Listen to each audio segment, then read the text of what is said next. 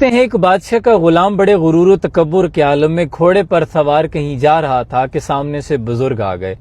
تو بزرگ نے اس متکبر غلام سے کہا کہ دیکھو نوجوان، اتنی اکڑ خانی اچھے نہیں ہوتی۔ تو اس پر اس نے اور اتراتے ہوئے متکبرانہ انداز میں کہا کہ تم نہیں جانتے کہ میں فلاں بادشاہ کا غلام ہوں، میں بادشاہ کا بڑا منظور نظر ہوں، بادشاہ مجھ پہ بڑا بھروسہ کرتا ہے، جب اسے بھوک لگتی ہے تو میں کھانا کھلاتا ہوں، جب وہ سوتا ہے تو میں اس کی حفاظت پہ مامور ہوتا ہوں، وہ جو بھی حکم دیتا ہے میں اسے بجا لاتا ہوں، الغرض میں بادشاہ کا بڑا منظور نظر ہوں۔ غالب کا ایک شعر یاد آ گیا کہ بنا ہے شاہ کا مصاحب، پھرے ہے اتراتا، وگرنہ شہر میں غالب کی آبرو کیا ہے۔ تو بزرگ بھی فہم و فراست کے مالک تھے۔ بزرگ نے کہا جب تم سے غلطی ہو جاتی ہے تب تمہارا بادشاہ کیا کرتا ہے؟ تو اس پر اس نوجوان نے سر نیچے کر لیا اور دھیمے سے لہجے میں کہا تب مجھے سزا ملتی ہے، کوڑے مارے جاتے ہیں۔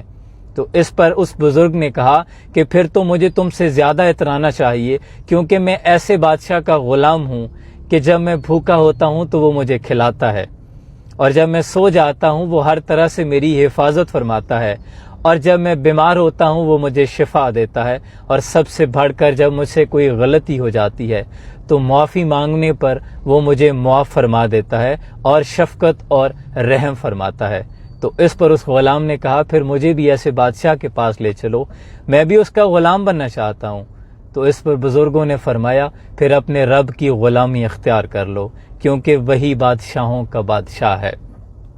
گدھا کو بادشاہ کر دے یا بادشاہوں کو گدھا کر دے، میرے مولا تو جب چاہے کسی کو کیا سے کیا کر دے، اور کبھی کنواں، کبھی منڈی، کبھی پھر قید میں یوسف، کبھی ایک مصر کا قیدی مصر کا بادشاہ کر دے۔